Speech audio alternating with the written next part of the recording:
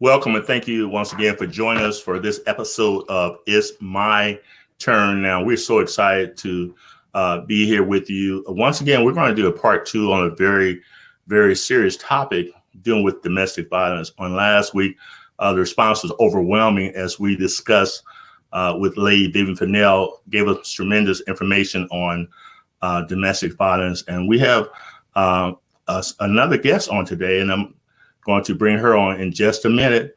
But we have a very interesting program. I want you to feel comfortable to share your thoughts, share your ideas, share your comments. As a matter of fact, share this with on your link. There may be someone who may very well benefit from this program. So we want you to feel free to share your thoughts. It's a very sensitive subject, so you can share with us what you feel comfortable sharing. So we're going to just go right into it. First of all, we're going to bring Lady Vivian Fennell on. Lady Fennell, welcome to It's My Turn Now. It's my turn, and thank you for the invitation. You're quite welcome. All right, I'm sure you have a lot of good information to share with us. You know, when you have as much information as Lady Fennell has, you just can't compact it all into 1 hour. Right? We really could use do a series of this right here, and to make it even that much even better, if it's possible, getting better, we've added another individual with tremendous knowledge and experience, and I thank her for being willing to share her information with us. So at this time, welcome to It's My Turn, Dantanya Bass. Welcome to It's My Turn Now. It's my turn, and thank you for having me. You're quite welcome. We're going to start off first of all with Lady Fennell. Kind of give us a review of what we talked about on last week, and then we'll hear from Tanya. Okay, we talked about various definitions. One of them being domestic violence, and the different terminology that it's called from time to time: relationship violence, teen dating violence, interpersonal relationship violence. And many more. One of the things that's common now is called toxic relationships. And we all know about toxic, what that word means, and that's poisonous relationships. And then we talked about love bombing, and that's a new terminology. And I was thinking about that, how I couldn't grasp with love bombing. I just really didn't get it, why it's called that. But at any rate, we talked about domestic violence being a pattern of behavior. And as I mentioned, one time of violence is one time too many. And we talked about the AKAs for perpetrators and for abusers. And one of the AKAs is perpetrator, terrorists, and sometimes they're called narcissistic individuals. We talked about the different categories of individuals that abuse, and usually it's people in positions of power but don't have a good self-worth. They like to put on, like they do, like bullies put on, that they're so powerful when really they're not. We talked about victim survivor, and that's someone that I came up with that terminology in my head for someone who survives the day-to-day manipulation, intimidation, power and control, and gaslighting that goes on in a toxic relationship. We talked about that 1 in 4 women and 1 in 7 men and 1 in 5 teens who report have been in violent relationships. Of course, we know that everyone doesn't report it. And then we talked about a thriver, and that's someone who has been able to safely remove themselves from that violent situation. And we have with us a thriver today. And I think I want to stop there just so we have enough time for me to talk about something near the end, and enough time for Dontonia to be able to tell her story. All right. Help yourself. All right. Your Thank turn you now. so much. Saturday, July 1st, 2006 was the first time that I was arrested for a crime that I did not commit. Wow. After hours of being body slammed, strangled, and slapped by my then husband, I threw one punch that blacked his eye. He had marks, I did not. My premature baby and I had only been home for 4 days after an emergency C section and a very difficult month-long neonatal stay in the hospital. I was unaware of the issues that my husband had with my decision to breastfeed our child. He complained that the baby would not know him, that I would become more attached to the baby than to him, and that nursing took away from my wifely duties. Consequently, my decision to breastfeed led to charges of domestic battery against me. I was released on my own recognizance on Wednesday, July 5th, and immediately began to prove that I was the victim and not the perpetrator of domestic violence, and to fight to get my baby back. Instinctively, I went to the police. I believed that if the police just heard the whole truth, then everything would straighten itself out. That was extremely naive. I was labeled the suspect by the police, and everything I shared could have been used against me in a court of law. However, my insistence on telling my story about my baby and getting him back into my care, I did get him back that Friday because he was a breastfed child. And it was in the child's best interest that he be with his mother. After weeks of separation from my husband because of a no contact order against me, we reconciled. And a month later, we were expecting our second child together. I loved my husband. I wanted our marriage to work, but I also wanted the abuse to stop. He attacked me 3 more times in less than a year, and on July 11th, 2007, I lost hope that he would change. I finally realized that he was never going to stop physically and emotionally abusing me and would continue to pretend to be the victim of abuse every time I defended myself against him or reached out to someone for help. But leaving him also meant that had to leave my first child in his keeping, because if I attempted to take that son with me, the violence would escalate from pinning me against a wall to smashing my pregnant belly to punching me in the face with my son in my arms. Not to mention, I left my son because I believed that I would have him back in my care in a matter of days like before. But I was wrong. It took me 17 months and a nasty divorce to get my son back. In the eyes of the law, as long as we were married, he posed no threat to the child, and each parent had equal rights to the children. So I had one child, which was in my belly at the time, and he had the other. Other than my siblings growing up, I had never been in a fight except my husband, and I learned quickly that if I did not want to go back to jail, that I should not fight back. He never left a mark, and he continued to file false accusations against me, which led to several additional charges of invasion of privacy against me, even after I left him and moved to another city. Eventually, I had to seek counseling, the twilight arrests, the evidence that was never produced, the warrants based on lies, and the prosecutor ignoring my witnesses that caught him stalking me took a toll on me. But it only took 3 sessions for the light bulb to come on. And I realized that I had the power to help change my circumstances and advocate for myself. The counselor said to me, because I was unhappy with my then advocate, she said, "Why don't you become your own advocate?" And those 7 words changed my life forever. I developed a passion for justice that led to a desire to become an attorney and to fight for those who cannot fight for themselves. I left that session seeing with new eyes, committed to the truth, that I was eager to start swinging punches in a new way, metaphorically rather than physically.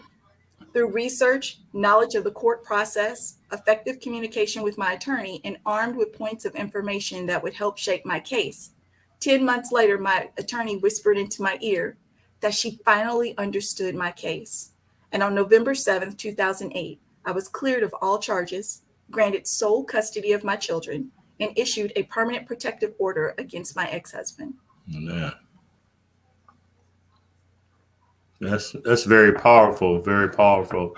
And I'm listening to your story, and your story is a very sad story, but unfortunately, it's not like many other women that I've spoken with, and they become the victim is victimized twice. They're victimized by a perpetrator as well as the system. So I'm thankful that you were able to become your own advocate. And doing that, it seems like that you have a lot of knowledge that you can share with us. I don't know if they're able to leave messages on here for some reason. If someone has a message, they want someone to want to say something, feel free to share that. But while we're doing that, you did have some PowerPoints that you want to kind of touch on. We can touch on those while we're waiting for others to respond. Okay, if you feel comfortable, if you want to share those, share it. Absolutely. I wanted to give information about. I'm a church girl. I grew up in the church. I believe in the resources of the church, and so when I was going through, my husband was a pastor, and the good pastor, couldn't possibly have done the things that I was accusing him of when I finally decided to reach out. Okay. And so I really, so as a result, a part of my advocacy or self-advocacy, I started an organization. Originally, it was called Not Guilty, for people who were charged with the domestic violence, but who were indeed the victims of domestic violence. And then it evolved into something called the Appellate Justice Project for Domestic Violence. Okay. And we are developing a program to certify churches to create a network of churches that are trained to respond to women and men who are caught in violent situations. As Lady Finella already explained, domestic violence is any kind of behavior between an intimate partner that, uses fear and intimidation to control the individual, the other partner. It can include battering, name calling, insults, forced sex, or marital rape, using one child to gain control of the other partner. But there are only a certain few that are actually punishable in a court of law or actionable in a court of law, such as, and those two are physical and sexual abuse. You cannot litigate the insults or the verbal abuse or the economic abuse that is sometimes imposed on victims. And so people must understand that differentiation, that only physical and sexual abuse are really something that you can take an individual to court for. But I'm sure Lady Fennell has already taken you through their reasons. It's really about that why they batter. And it really has to do with their need to control, and they're battering because they really share some common characteristics, such as they're really jealous or possessive. And when you're dating, you don't recognize these characteristics because you think, oh my goodness, he must really love me because he's caring about where I go and checking up on me. And oftentimes, while this was not necessarily my case, oftentimes our culture celebrates to some degree this type of behavior and interprets it as love. And we need to really be aware and have a proper orientation, especially through the church, what love is and what it looks like. Oftentimes batterers see women as inferior, and sometimes there can be some substance abuse, but in many cases there is not. And people always ask this question: if someone's hitting you, why do you stay? Well, for me, the reason was a biblical reason. He was my husband, and I believed as long as he was preaching the word that he was going to be convicted at some point and wouldn't. Our marriage was very short-lived, and I did not. My dad didn't even spank me. I never witnessed abuse or anything like that, so I didn't come from what one would think of as a culture of abuse. But the bottom line was that I stayed in his excuses were reasonable to me at the time. And also, and then he would systematically, get me to be a stay-at-home mom, wouldn't allow me to finish school and all these other things. And before you know it, you're dependent upon your survival. Where are you going to live? Where are you going to eat? And so many times it's out of self-sustainability that some women stay. Very good. That's a lot of good information there for us. And we're going to go back into that. Right now we have Dolly. She says it's her turn now. And actually, I did talk with Dolly. She's one of the ones I spoke to. She says, "My turn. I'm so happy to see what was meant for harm has turned into good. Unfortunately, it is too near a tragic event, yet the end has been promising. I do have a few points since I am a survivor that I will add in a later comment." And Dolly did share with me some information she had, and I told her I thought would be good to share. But one of the things that you did mention was that a lot of times, because of our biblical principles and biblical beliefs, a lot of people find it hard to leave a situation, especially when the Bible talks about, husbands are to wives are to obey the husband, and wives are to be submissive, and these a narcissistic person will get real spiritual when it comes to that. They may not know any other scriptures, but they will know those scriptures pretty well, and so they will use whatever control tactic that they can use. Also, I think that we as human beings have innate need to want to be protected and covered, and many times that the individual who is an abuser will appear initially to be a protector. You feel secure with that person. You feel like he's not going to let anything happen, and you would think that he's not going to let anything happen with anyone else, but you never expect him to feel like that he owns you. And I think that's what happens a lot of times. The individuals feel like that they're their own. So you can continue on. And Dolly, whenever you want to share it, or I can share with some of the things that you share with me, but whenever you can type whenever you want to help yourself late for now. I just want to say that when you really know biblical principles, and when you really know what the words mean in the Greek and the Hebrew, you will know that some of this is miseducation, misinterpretation, and misuse of the word of God. Now, I just want to say that. You're right. And the problem is that most of those individuals that are using it, they know they're using it out of context. It's just, it works to their advantage, and they will manipulate you to make you feel that you are not submitting yourself to God if you're not submitting yourself to them. But it's all boiled in fact, husband, love your wife. And if you love your wife, you're not, there's some things you're not, there's a whole lot of things you're not going to do. So, well, scripture also says submit yourselves one to another. So that's just a hope. But anyway, we could go a long time. I see, Sister Vanilla not playing. You ain't playing. You say, hey, I didn't tackle this too many times. I'm not going to play with y'all now. Okay. But you're right. I think if we are honest with ourselves, it's been total misuse. And I've seen a lot of people who have been physically harmed, and they wait to the point that they wait to the point that it gets to the point where they just can't bear it. And so I'm going to ask you, Tanya, what was your breaking point? What made you find this? I think that's a very important question, because the question is, and people often ask, why do you stay in this field? You didn't stay in as long as some, but many people will ask you, well, why, if it was that bad, why'd you stay in here so long? So you share with me what caused you. My ex-husband attacked me on three different occasions.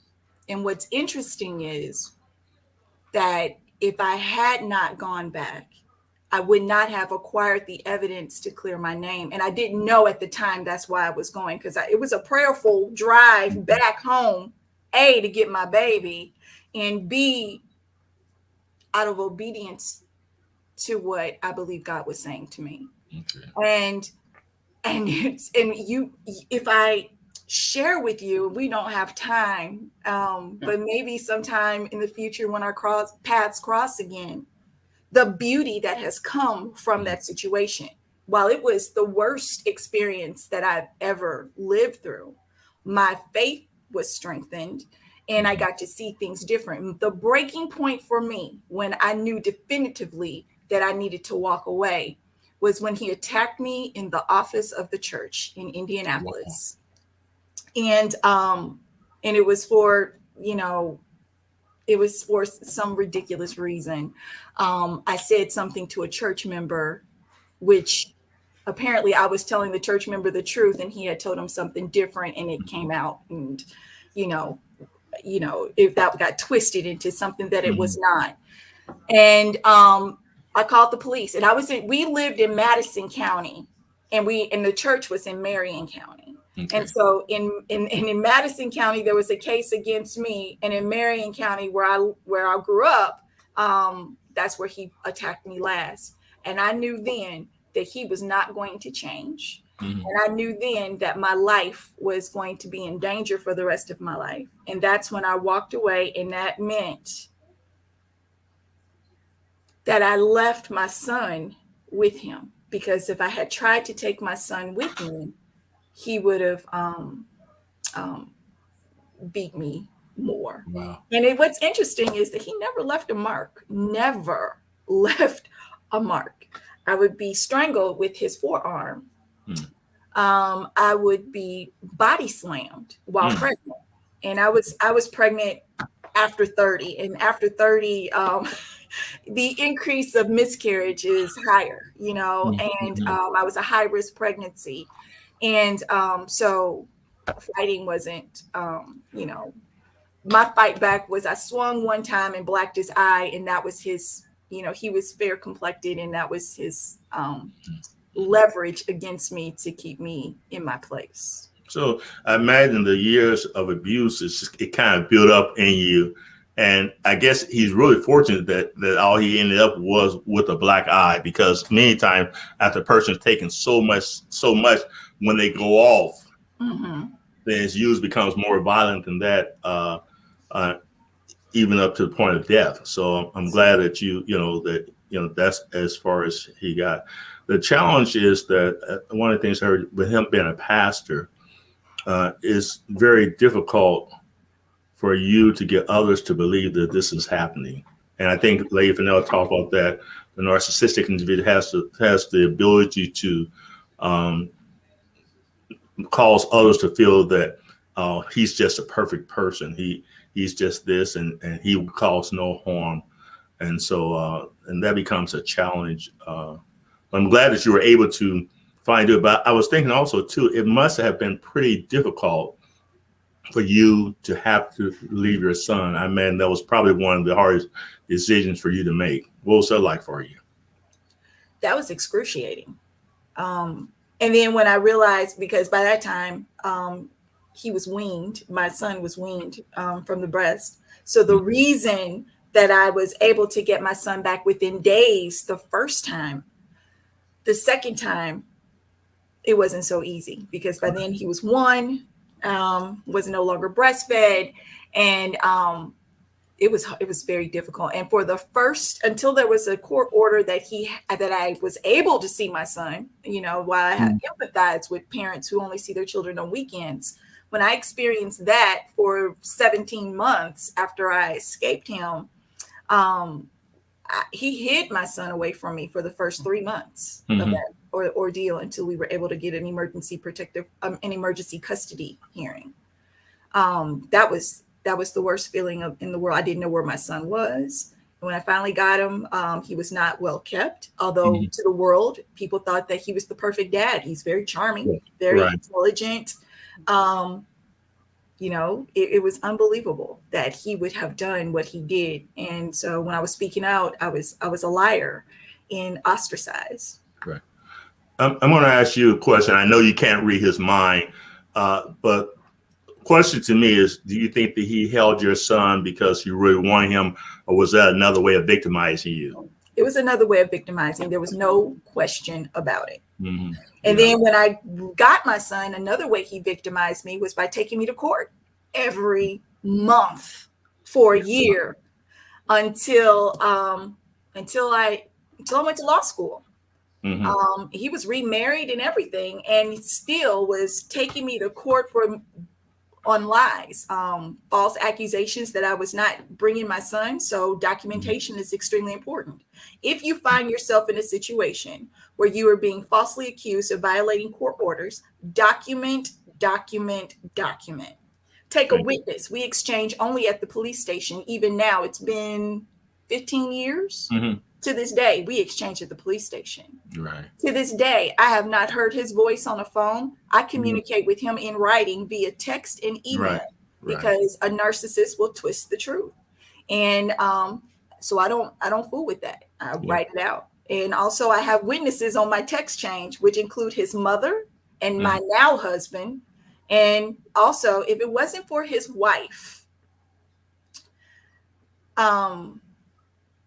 helping, I don't, his current wife, I don't know what their situation is like. They do not have children together, but when I included her on those text strings, things got better for some reason.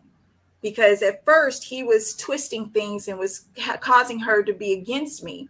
But I'm the type of person, I go straight to the source. And so I included her, and even conditions for my children when they go to visit have improved as well. But they're also older and can speak up for themselves. So I'm don't know too much. But we have a few more responses I want to get to, but do you think by you having the financial resources was helpful to you? Because there are a lot of women who can't leave, and there are a lot of women who may not have been able to go to school like you or don't have the resources, and they find themselves trapped because they're totally dependent on this man. And many times, I think we talked last week about isolation, separation, isolation. They want to separate you from your family, separate you from your friend, and now you feel like I have no one to turn to. Did you find yourself in that, or what was your situation there? I didn't have financial resources. I had my parents, and I thank God to this day for my parents. So hiding my phone, he isolated me to Madison County. I had a whole apartment in Hamilton County. I go have a baby, our first child. Next thing I come home, my stuff is moved out of our apartment into his home that he had in Anderson. Wow. So this is what I say. This is why Lady Fennell does what she does. And this is why I was inspired to do what I do from Lady Fennell, because there are women who feel like they are trapped and have no other resources. There are resources where there are organizations that are there to help you get back on your feet, to provide a place to live, to help you find employment, to help you get childcare. I used to have a storage unit to give away furniture for people who were trying to get custody of their children, because if you don't have a bed and they don't have their own room, the likelihood of you getting your child is probably low. And so there were certain elements, because you're oftentimes the battered woman, if it's not proven, you don't have marks, you've never called the police, you never told anybody. Well, by the time you're ready to speak out, there's no trail of evidence. Hence, what you have to do is, he's probably in a feeling superior and believing that he can make people and the courts believe that you are unstable and unfit to take care of your children.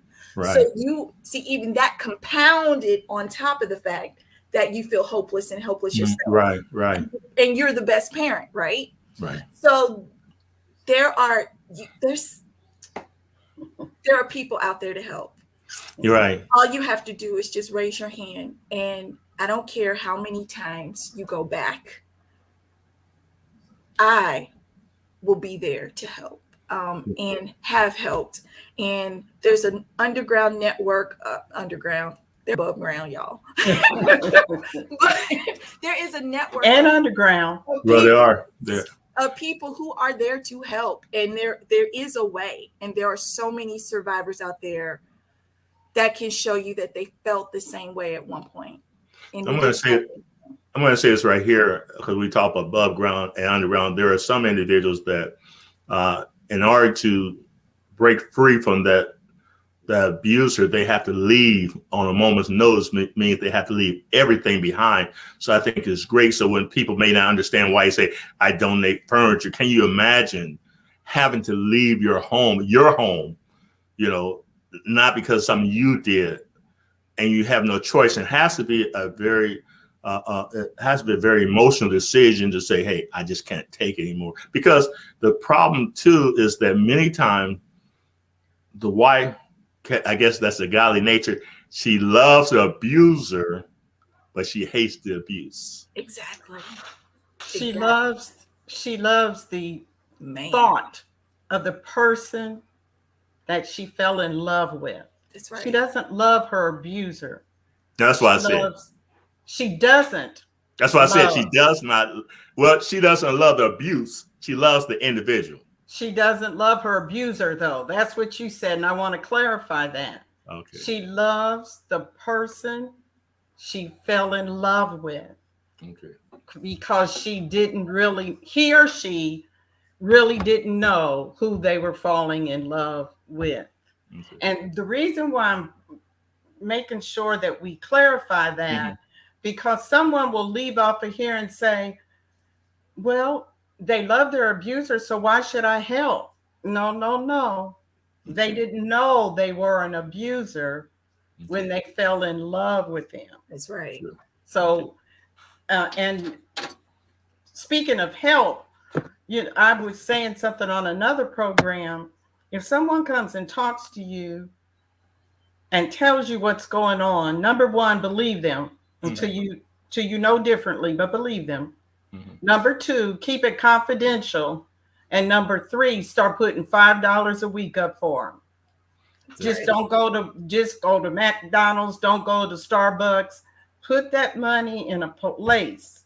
When they say to you, I can't take it anymore, but I can't leave because I don't have any money, Right. you are able to hand money over to them. And as she said, we used to give out what we call travel bags at our conferences.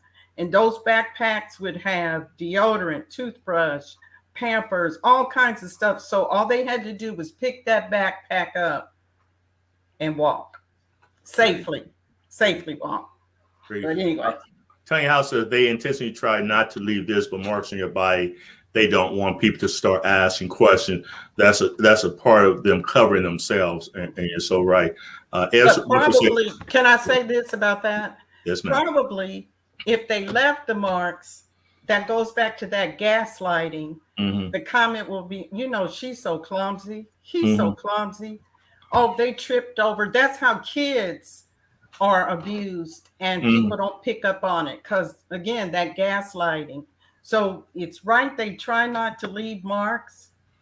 And I'm going to say once they start leaving marks, you are in danger. Yeah. They don't care anymore. They don't care anymore. So, They don't care.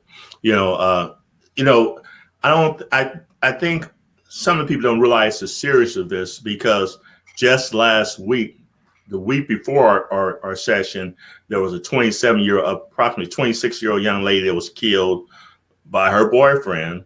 Last week, there was a young lady that was detected in Alabama, 26 years old, was killed. This thing is serious, and I'm hoping that those who are listening, if you see the signs, and when we have a little time, we'll talk about some of the signs that you share, because we have to be aware too. We have to be vigilant and knowing the signs when people become withdrawn and you see changes. A person you have to be able to identify that and be sympathetic as well, empathetic, so the person will feel comfortable talking to you. You don't want to say, "Girl, what's wrong with you?" But you have to be caring. Esther Buff says, "It's my turn now. What makes pastors feel they have the right to beat and mistreat their wife?" Okay, Brother Esther, good question. We ain't gonna say pastors. We're gonna say men. We don't want to just say that it ain't just pastors. Okay. What makes anybody? I'm gonna change. What makes anybody think that they have the right to beat and mistreat another individual? I'll let the panelists let you guys respond to that.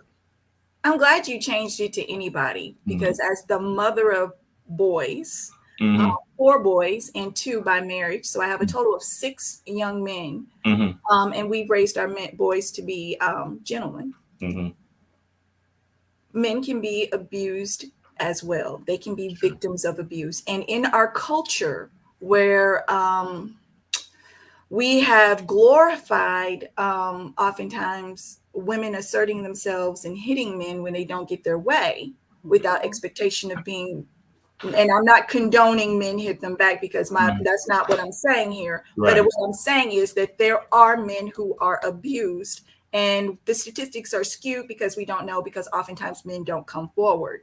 Right. So but true. I do want you to be aware that some of these same triggers and things to look for also need to be looked for in males. And True. this is why the church is the most perfect institution for the proper trained church to respond to incidences of abuse where the man or woman is abused in the situation. But what gives people the right to think that they can mistreat or abuse themselves?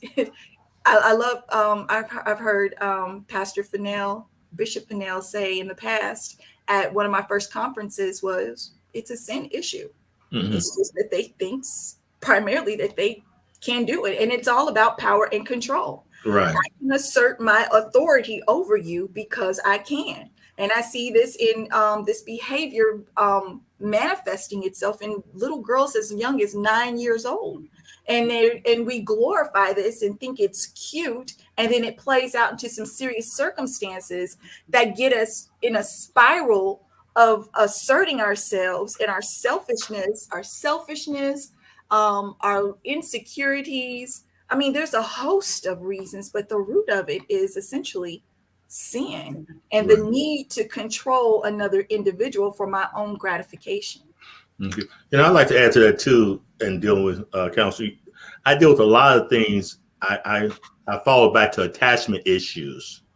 Some people are so insecure that the only way they can hold on to you, because they're afraid of losing you, the only way they can hold on to you is to make you feel less than valued, to put pressure on you, to belittle you, because they're really afraid of losing you. And so that goes back to sometimes their attachment issues, their childhood issues, and there's a whole host of reasons why they do that, but it's a problem. And we have to realize that person has to be made aware of that. I think in the church, I will say this right here, I think in the church, we should deal with relationships. Pastors should deal with relationship issues in the church. I really think, and identify because if we don't see it at home, we can at least see it at church, identify this is what a healthy relationship looks like, because the pastor has tremendous opportunity, a podium and the platform to say some things are not acceptable. And if this is going on, this is because some people think that's okay. They don't realize that it's unhealthy. There are actually some people that don't think they've done anything wrong. Yes, I slap her around every once in a while. She deserves. And then this is what you'll probably hear. She made me do it. And in their mind, they convince themselves into believing, well, no one can make you do anything. What's in you is what's going to come out. No one can make you do that. And I think that's important too, because the victim needs to know you are now responsible for being battered. Because there are a lot of women say, well, maybe I shouldn't have gotten smart. I shouldn't have done this. I shouldn't have, honey, listen, there's no excuse for that. Dolly again, she said, boundaries, what are they? How enforced? I wasn't until 2.5 years ago that I learned the boundaries had never been established in my life to know where they were violated. From childhood, should have been inherently done. So therefore, growing into adulthood was never present. That's just what we talked about. Recently, and a few years ago, my boundaries exist toward of all unwanted behaviors from males and females. I have been under the delusion of obligation, as was told so many years, that if it wasn't, let's see, if it wasn't, I'm not sure. One of the things Sister I was going did you have to say later was you had asked me to maybe talk about solutions. And we know that most solutions are after the fact solutions, after the fact violence. And one of the things that I wrote down that I said, as powerful and needful as advocacy is, and really there was no advocacy 20 years ago. I mean, it's a relatively new thought process. Although DVN has been around for a long time, it's still, and Julian Center, is still new. Um, what I wanted to say, early awareness, early intervention, early prevention is needed. Boys and girls, brothers, sisters, cousins, friends need to be taught early about boundaries, Mm-hmm. what boundaries are, that people, you have the right to set a boundary. Nobody should cross that boundary. If kids knew that a lot, really knew that early on, Mm-hmm. we wouldn't even have a lot of sexual abuse, because they would know, oh no, the first time you say that to me, that's, oh no, that's a boundary. Right. You can't say that. But most of us weren't brought up, I would say, we didn't talk about boundaries up until maybe what, 15 years ago, maybe. Mm-hmm. Mm-hmm. But it hasn't been a long talked about thing. So what do we do now? Parents, you need to teach your children boundaries. You know, make sure that they understand. And then you be respectful and pay attention to their boundaries. And don't tell, if they say, I don't want so and so kissing me or touching me, don't make them. That's right. As long as they're not rude, you know, but don't, no. Mm-hmm. If they don't want Uncle Jack to touch them, then Uncle Jack shouldn't be able, or Aunt Mary, That's right. shouldn't be That's able right. to touch them. Mm-hmm. That's a whole different program too that needed to be able to do. Yes. Yeah. And we need to teach the youth starting young about what a healthy relationship looks like, sounds like, smells like, acts like, you know. Mm-hmm. As we mentioned last week, you know, in years past, they used to say, if somebody pulled your hair, oh, they just like you. No, right. No. They have no right to pull your hair. That's right. They have no right. If you hit him or he hits you, that means they like you. No, keep your hands to yourself. Even teach your children not to be hitting and talking down to their brothers and sisters, because it sets the stage for the acceptance of that later on. Right. I'm sorry. At least that verbal abuse, talking, yelling, fussing creates that verbal abuse. Yeah. Calling each other ugly. You know, we're all ugly because we got ugly hearts until God changes them, you know. Right. So those kind of things that set our kids up. So no, there weren't boundaries taught, Dolly, probably when you were coming up, because they weren't necessarily taught when I was coming up. Right. But we have a obligation to start teaching how to set these boundaries, and it starts in the home. So that's part of what I was going to say later. I have some other things, but I don't want to take up all the time. Very good. Tanya said you are giving good advice regarding documentation. I think that's very good. I agree. That's very good. Tanya also, she had a rough situation, and thank you for sharing it with us. I appreciate everyone's comment because for many of you, it's not easy to be transparent. And this may be the first time you've actually expressed your feelings. We appreciate you sharing with us. Tanya says, I would love to have had an advocate when I went through the abuse with my husband. After he was killed, most of the people who knew him and his family believed that the lies that were told about me. People can be very cruel. So again, what she's saying, that it would have been important had she had some documentation, but it's hard to really, in some ways, get that documentation. It's not like you can hold a camera up. You probably would like to hold a camera, but that wouldn't be too wise to hold a camera up, you know. So you just have to. I think again, we're going to try to get into some of the things that we can do to deal with it effectively, recovery. We want to talk about that because, as she said, there are a lot of resources. I'm going to say this right here. Sister Vanell, you had a tremendous program. I think that it's important you may want to reconsider that. If you don't do it every year, do it every couple of years. Anybody on here thinks that there's a need for that and would like belay Vanell, please say go for it. Let's just type go for it in the Well, comments. I will say this. When I started that program, it came out of people coming and talking to me. Mm-hmm. But what I have found out is since that time, there is so much information. Just like there's people to help, there's so much information. If you Google domestic violence, Mm-hmm. you can sit and read about it for days. Mm-hmm. So the other part of the solution is each one of us making ourselves aware. True, so true. Each one of us learning about it. Each one of us going and looking for the red flags and just become an advocate. You don't have to belong to an organization. You don't have to be a pastor's wife. You don't have to have an organization to be an advocate. All you have to do is educate yourself, So be true. knowledgeable. And when people come to you, I'm going to repeat it again, believe them. Do some people lie about it? Yeah.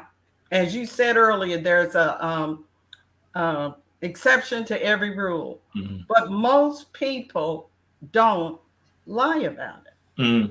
So once they come to you, if they're not ready to try to make a safety plan and leave, you become their advocate and start gathering information. Mm-hmm. I saw this thing on TV where this lady came to work bruised a lot of times.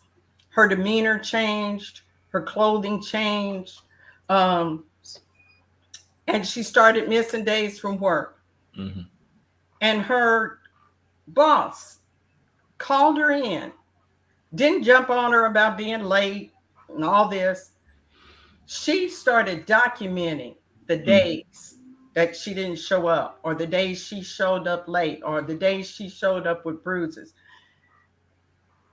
It took that documentation to win the court over to that lady, even though there was a video taken by her son of her husband beating her.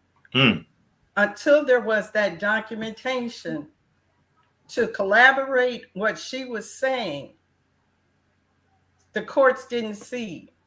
They didn't see it. That's right. So, we may have lost Sis Vanell. You just have to come back on here again. Somehow we lost her.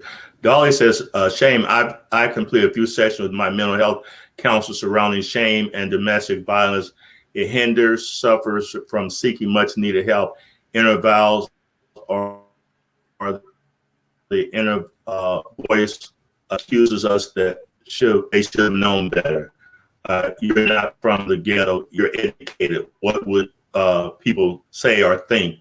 And on it goes to further erode self-confidence, and the lack of love display perpetuates deception that you deserve to be treated like this. Some never break from their own mind. Sister Vanell, I want you to come back on here, but I saw you, Detonia, I saw you shaking your head as we was reading that. Tell us what your thoughts are on that. Especially as Black women, we have this stigma or this assertion of the strong Black woman, the image of the strong Black woman. And to admit that you are a victim of domestic violence, there is some shame associated with that. I would, we have this notion that women, we are resilient and can handle anything. And that would never happen to us. And so I can understand that there is some shame surrounded by it, but there's also some freedom from that shame as well. Like, for instance, she spoke to a mental health professional in order to work through some of that. And that's essential. But we need to start changing the discussion. As Lady Vanell mentioned, as we become more aware of what domestic violence is, that shame should lessen itself. And we should Mhm. not shame those who stay, go back, or who are in those situations. You They're know, not that deserves repeating. You should not be ashamed exactly. when you know you have not done anything wrong. You should not allow yourself to be ashamed, and realize there may be those who are critical, but there are those out there that really care for you. And sometimes you have to believe that there's someone there to carry. Some people are afraid, they're ashamed to reach out for help, and that's what Dolly. Thank you for sharing that with us. She talks about shame. Also, she said, "I have been under the illusion of obligation. Was told so many years that if it wasn't for me, you wouldn't have this or access to whatever." It proved to be an effective tool for intimidation, domination, manipulation, etc. And why today the breakthrough came after seeing me enforce the newly established boundaries. Very good. Proud of it. Self-esteem, self-worth, had no other choice but to elevate. Those who use to violate non-existing or non-enforcement boundaries are effective. That's so true. Thank you for sharing that with us. Have a couple more responses here. We want, because we're running out of time, and then we're going to open up to you all to give your comment. Again, Tanya said mental health counseling from a professional institution should be encouraged for abused women. It's been almost 30 years since my husband died, and I finally decided to give professional counseling. Sometimes church abuse adds to the problems abused women, men go through. So breaking away from professional help can be a lifesaver. No one truly knows what people who are abused. I will say this right here. It's not unusual for a person to be traumatized and re-traumatized. Even when Tanya was speaking, I could feel the emotion, even though it's been years. I could feel the emotion, and there's things that will trigger that. I mean, there's probably things that will trigger that. And so I think it's good. I'm glad that you recognize, both you ladies recognize the importance of going to counseling and getting therapeutic help, because once you come out of the situation, that doesn't mean it's totally over. You still are dealing with it. Sometimes you're beating yourself up. Why did I allow this to happen? What's wrong with me? Things like that.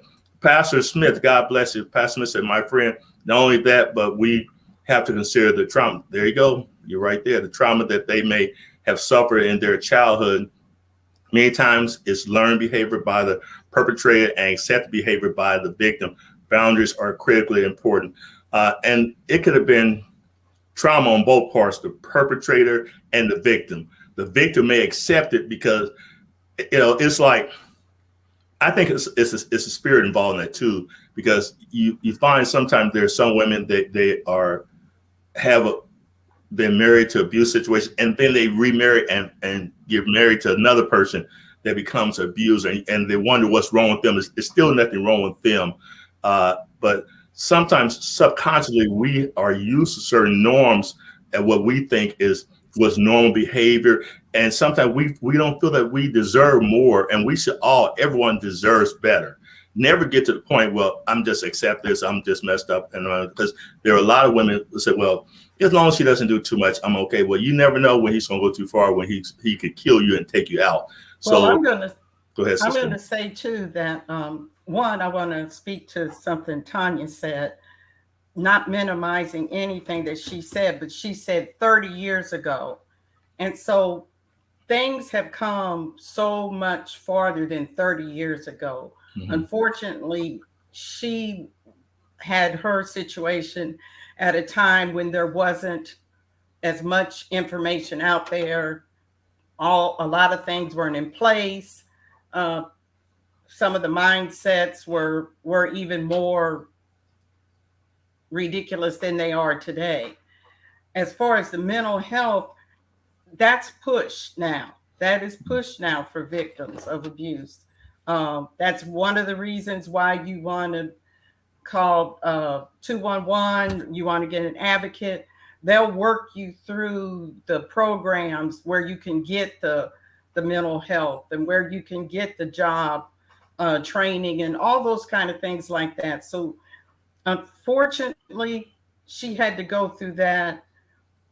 But maybe her going through that and the people that had to deal with her situation learned something and started moving forward and doing things better. So nobody should have to go through it.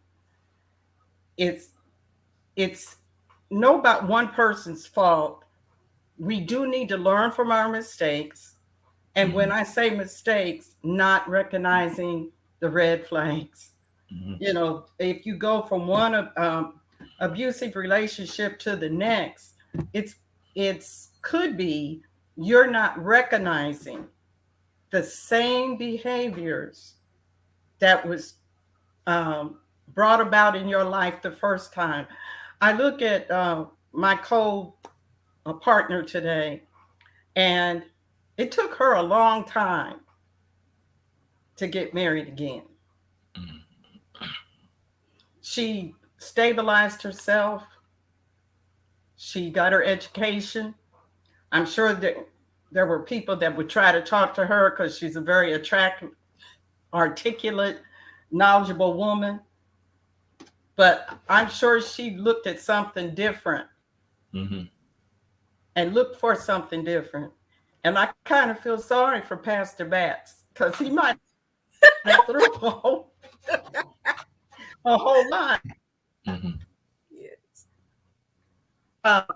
And I mean that in the most serious way, because she wasn't willing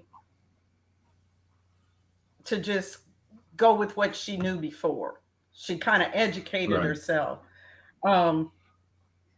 We are still treating women as second and third class citizens. And that's an unfortunate thing.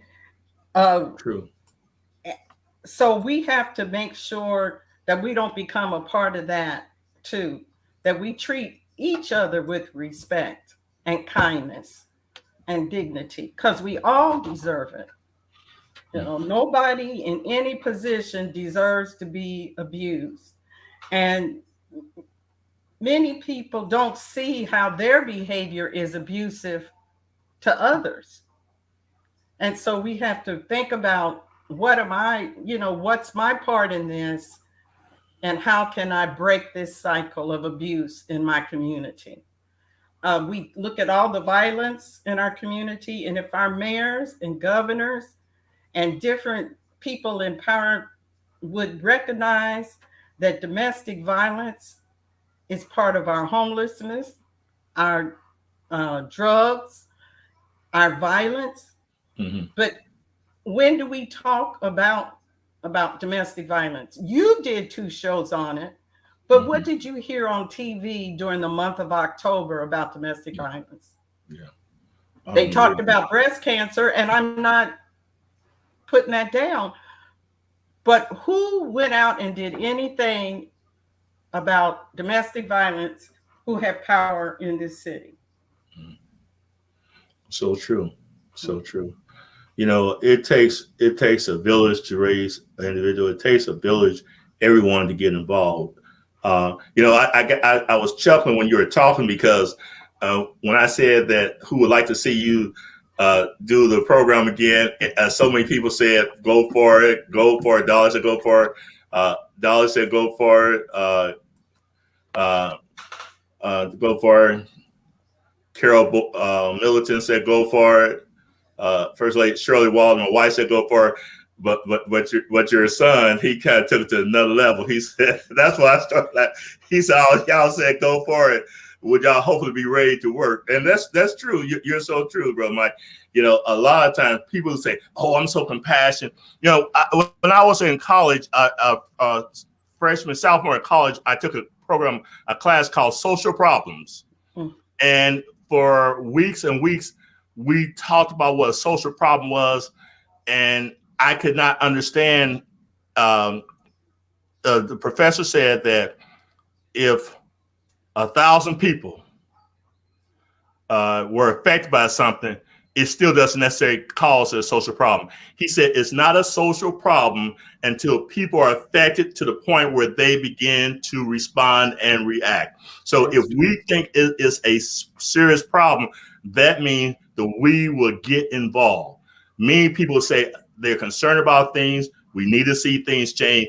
but not many people are willing to actually roll up their sleeves and get involved. And that's why every opportunity I had, I was going to school and working. I tried to support you whenever I could because I knew there was a good program. I knew that was necessary. Well, I want to say something on behalf of Carol Middleton. She worked with me diligently. I mean, down in the trenches. So for her to say go for it, I know she's going to be there helping me because she was helping me before.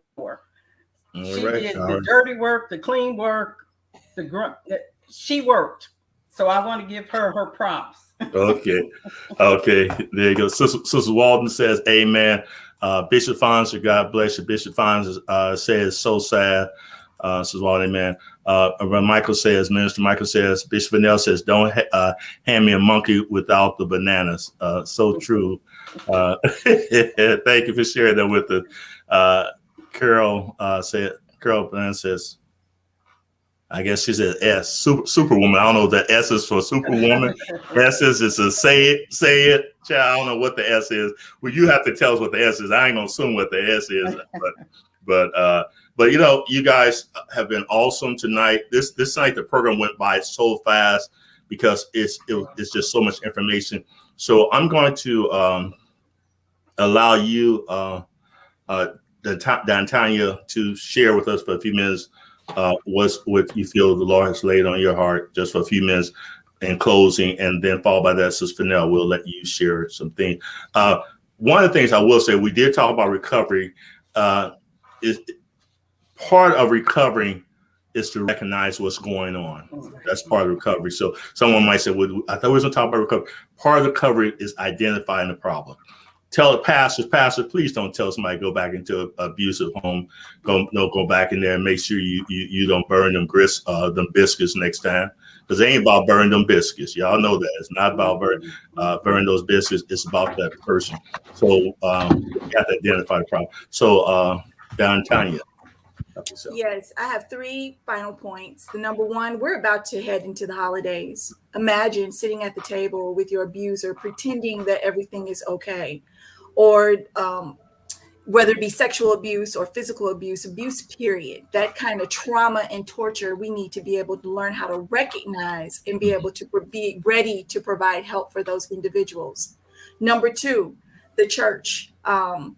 We are the safe haven. We are the city on a hill. We are the light of the world.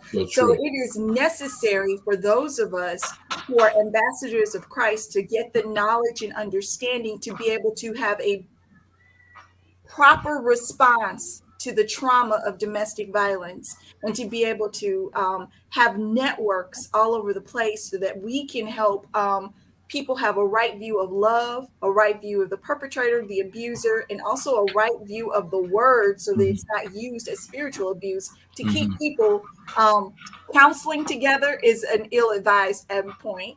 And also praying about it and go home and God will take care of it. Yes, he will, but not necessarily within that home, because her life might be in danger, and that's not of God. So, and then 3, I just want to say thank you for the opportunity. Lady Fennell, our first encounter was at a ministry couples dinner outing. It was something at the historical, at some president's, Harrison's resident. And she didn't know. And at that time, I wasn't vocal about what happened. At that time, he had hit me one time. And then the incidences started to get shorter and shorter. And so she recognized something in me that at the time I really didn't understand. And if it wasn't for her, I don't think that I would be where I am today. She is one of the angels that God put in my life. My parents being another angel, and then my home church and the women in that church reaching out to me and helping me recognize what was happening. And my daddy didn't spank me, and so I didn't understand exactly what was happening, and to have a right view of what was going on. Very good. Thank you for being on here. Appreciate you sharing and being transparent with your experiences. Thank you very much again. Appreciate that. Sis Fennell, your final words. Well, it's funny you brought that up, D'Antonia. I had thought about saying something. So since you brought it up, I'll say this. That was a prime example of making yourself aware, learning the signs, and knowing how to approach. I saw something that her husband did at a response that she gave. It broke my heart. I mentioned it to the coordinator of this group. She says, "Oh no, he's a pastor. He's a good person." I said, "You know her and I don't. I need you to talk to her because I think she's in an abusive relationship." I didn't know, but what I saw just clicked. Why? Because I had made myself aware. I could recognize the signs, and I didn't care that he was a pastor. Because at the point that he abused her, he ceased to be a carrier of the word of God. He no longer, if he had ever been called from God, he was like a Saul at that point. He was in trouble with God. So anybody on here who may be possibly married to clergy, police officer, anybody once they do that, they are out of line and out of their calling. Amen. So I don't have 1 to 10 numbered solutions. I just have shared some thoughts with you these last 2 weeks. And if these thoughts have impacted you in any kind of way, if they have made you think about your own situation, if they have made you think about the situation of a friend or a sister or a church member that you know, or your brother, your cousin, anybody, your next door neighbor, then you become an advocate and go learn everything you can learn so that you can be impactful in our society and help us try to rid our society of this sin. Very good. Thank you once again. Thank you, Sister Fennell, and thank you for being sensitive enough, because I think it's a natural sensitivity as well as a spiritual sensitivity that you allow the Lord to use you to identify that. And I think it's important that you didn't say, something doesn't seem right, but you acted upon that. And that's sometimes God will reveal things to you, and you have to find a way to act upon it. And you took the initiative to tell someone else that something just didn't seem right, to at least investigate. And that's why I was going to say, it's important to be aware. We have to be aware. I'm sure, as D'Antonia said, as we go through the holiday season, people are getting together, people are talking about Thanksgiving, people have seasonal anxiety, seasonal depression, and some people don't know how to handle it. And so they want to take on other people. When you're around it, watch people. Watch what's happening. Watch how people are talking, and watch those changes, and be sensitive to someone, and be there, a listening ear. If someone is going to say, I'm here for you. You don't have to, because sometimes it takes a while for them to respond. Just let them know, I'm here for you. I'm here for you. Be as supportive as you can. And again, share your concerns. Share your concerns. If it doesn't seem right, most likely it's not right. We all have to be advocates for each other by recognizing signs. That's you're so true. Let me see, last one here. Sometimes people holding position are the worst perpetrators because they have a God complex and they have the ability to make. Now everybody's coming in at the last minute now, y'all. We're trying to get off here. Let me see. Thank you, Dr. Walton, for addressing this important matter. It needs to be dealt with. It needs to be dealt with. Godly discernment applied along with awareness is a wonderful thing. Amen. Bishop Chin, excellent. So Bishop Chin, he's a therapist as well, and we deal with this. It is more prevalent than what we realize. It really is. It's really sad. It's heart-wrenching. We have to deal with it. I'm going to encourage you, ladies. I know you made the final remarks, but how can they get in touch with you? I think D'Antonia, you said you have some resources. Can you type in the message or let them know how they can get hold of some of your resources. Sister Lady Vanell, if you have some resources, feel free to type in the message. Let us know. Inbox me, call 211. But please, there is help. There is help. I'm going to say again, there is help. Do not be ashamed. There is help. You do not have to take the abuse, male or female. I'm going to throw that in again, too. Male or female. Yes, ma'am. Lady. I just want to say, if the first person you go to doesn't believe you or doesn't seem to want to walk alongside with you, don't stop. That's right. True. Your life may depend on it. You know, they tell us all the time, get a second opinion. Don't just take the first opinion of a physician. So don't just take the first rejection or the first, I can't believe it. Well, I hope, you know, I couldn't believe what I was seeing either, but I was seeing it. Mm-hmm. So let's just not stop, because your life depends on it.